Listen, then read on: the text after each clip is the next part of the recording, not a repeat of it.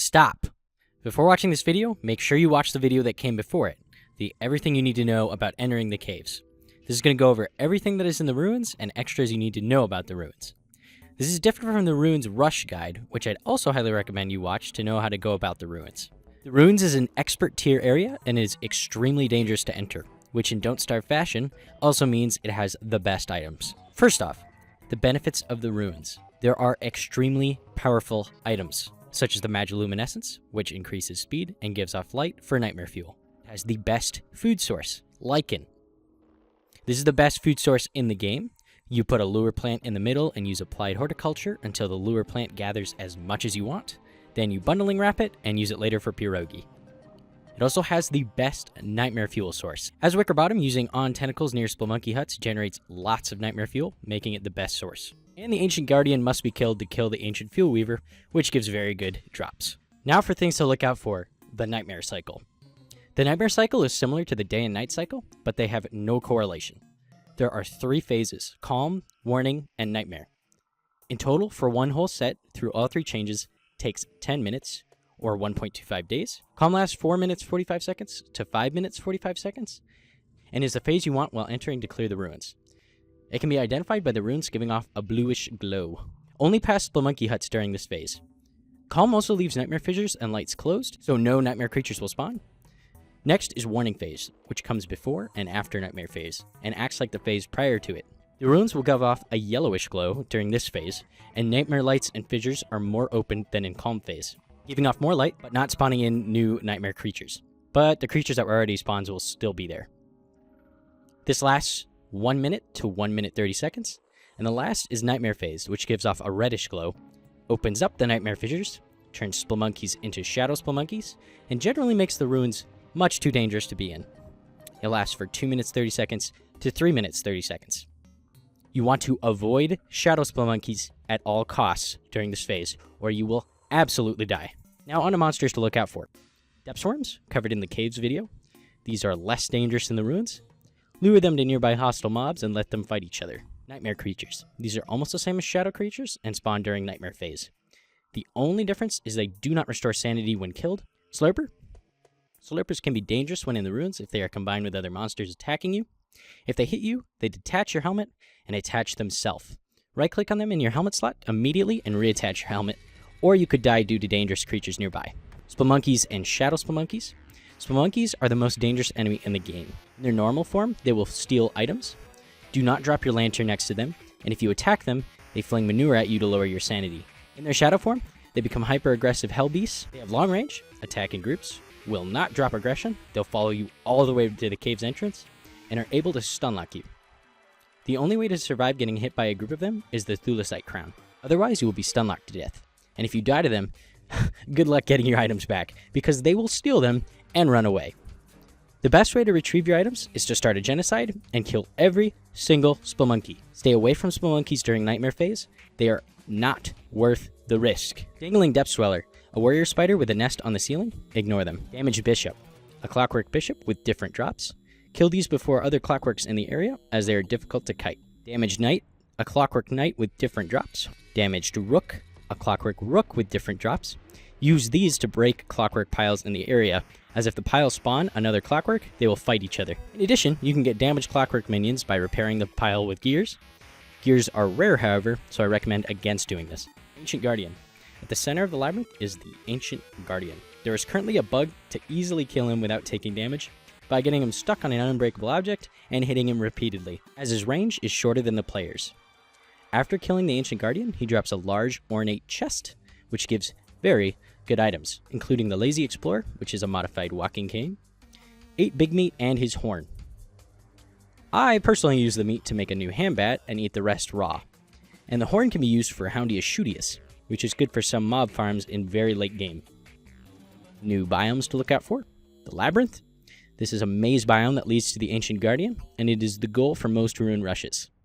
There are also ornate chests around the area that give a few good items and can be used for an extremely useful bug, which gives an infinite Thulecite crown. If you would like to learn about that, click the video at the top right of the screen. There are also Depth Dwellers' nests. Walk along the edge between the Void and the Labyrinth to avoid them spawning. And there are damaged clockworks, which you can run right past and proceed to let them get mauled by depth dwellers as they are chasing you. Military. This biome has a lot of Thulecite and can be recognized on entry by one statue in the middle of a spiral runic turf pattern, with nothing else around it. Look out for damaged clockworks in this biome and dangling depth dwellers. Ancient pseudoscience stations can also spawn in this biome. Sacred. This biome is extremely alike to the military biome. The main difference is that the Labyrinth is found after this biome. Watch out for nightmare creatures in this biome and damaged clockworks. Village. The village is the biome connected to the wilds before either the military or sacred biomes. It has lots of Splumonky pods, cave banana trees, and relics, with some underground ponds, Lichen, Thulecite walls, and light flowers. Get through this biome as fast as possible because it has far too many Splumonkeys and is extremely dangerous. Wilds. This biome has a lot of light flowers, lichen, glowberries, slurpers, and underground ponds, with a couple of blue mushrooms and depth worms, and with rare Splumonky pods. This biome is before the village biome, and is a great biome to fill up on food before entering the dangerous parts of the ruins. New objects. Relics. Relics can be found commonly in the village biome, and can be broken similar to walls by hitting them. They have 20 to 90 health, and can drop all sorts of odd items. Most notably are ruins gems, gears, Thulecite, and sewing kits, although these are all rare. Ancient statues. These statues give 1 to 2 Thulecite when mined, and a gem that correlates with the statue type. You can see the gem it drops by looking at the gem in the statue's model, or if it has no gem, some nightmare fuel. If mined during the nightmare phase, they will spawn either 1 nightmare beak or 1 crawling nightmare. Nightmare lights. These are lights found in the ruins, whose light corresponds to the nightmare phase, with the most lights being in nightmare phase, but their real function is spawning nightmare creatures. During nightmare phase, they will spawn 1 nightmare creature each.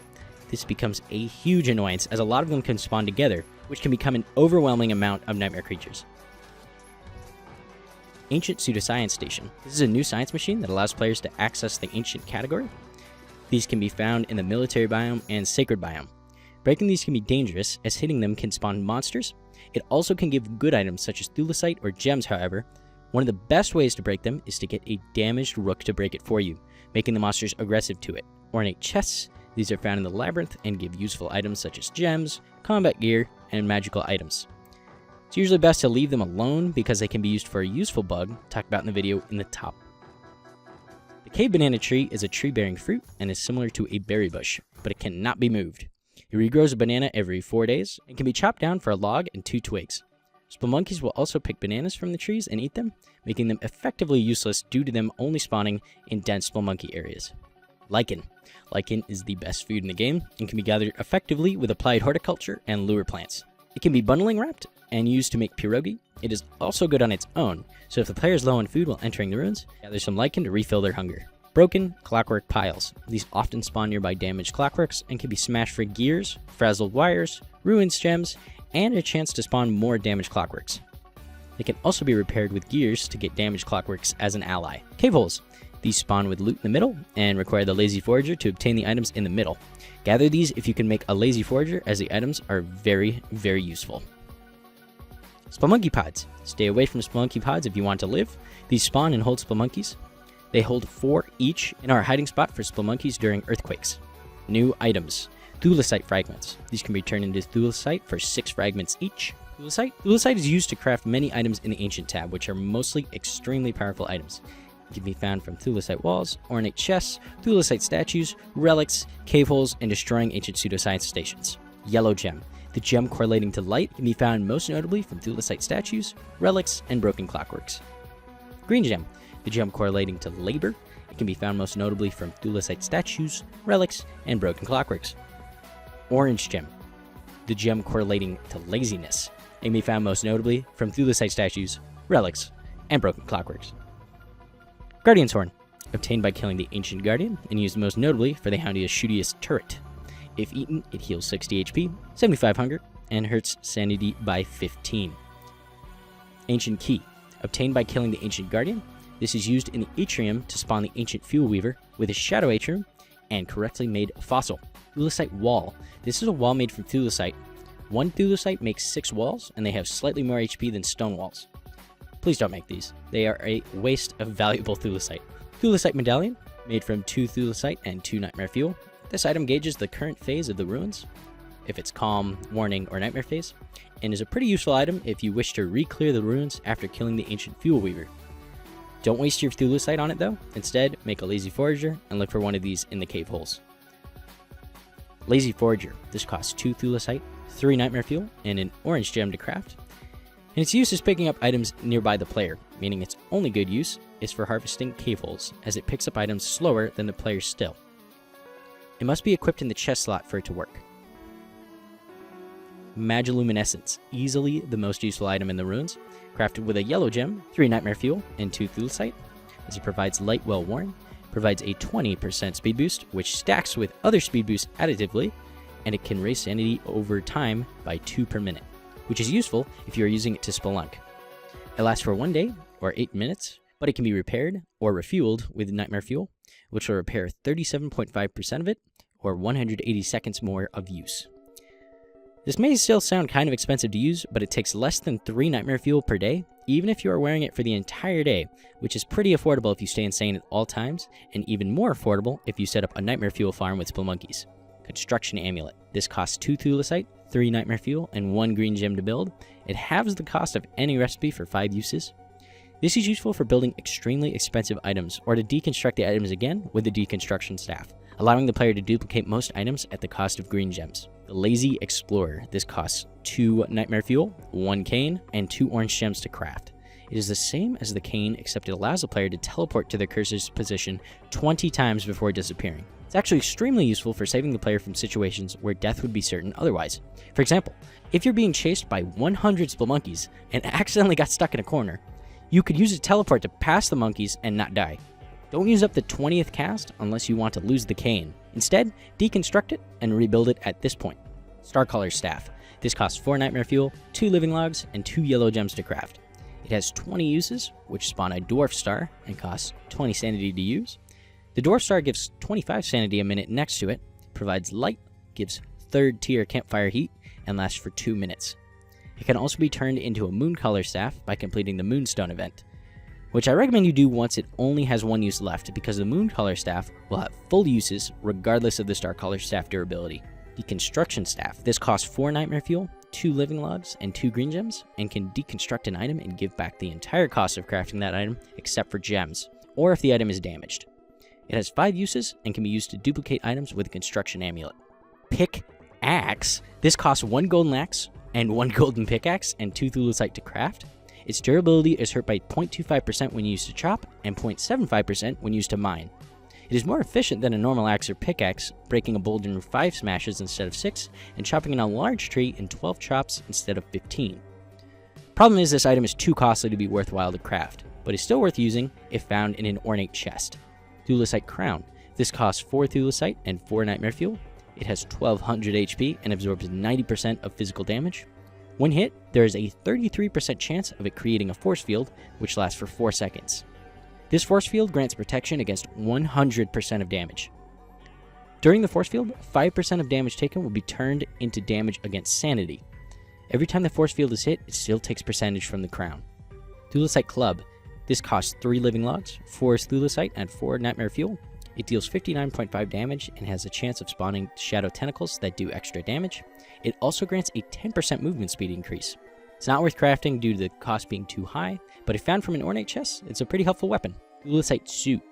This costs 6 Thulecite and 4 Nightmare Fuel to craft. It protects against 90% of damage and has 1800 HP. It's not good armor due to the very high cost, and is only useful for duplicating Thulecite with the Construction Amulet and Deconstruction Staff. Houndius Shootius. Costs 1 Guardian Horn, 1 Deerclops Eyeball, and 5 Thulecite to craft. It is a turret that will assist the player in killing whatever they are attacking at a range. It deals 65 damage per hit and has 1000 HP, along with a 12 HP a second passive healing ability. It cannot be deconstructed or hammered, as it is a creature, not a structure. This item is only useful in very late game due to its extremely high costs, and can be very useful for making farms. New Research, the Ancient tab.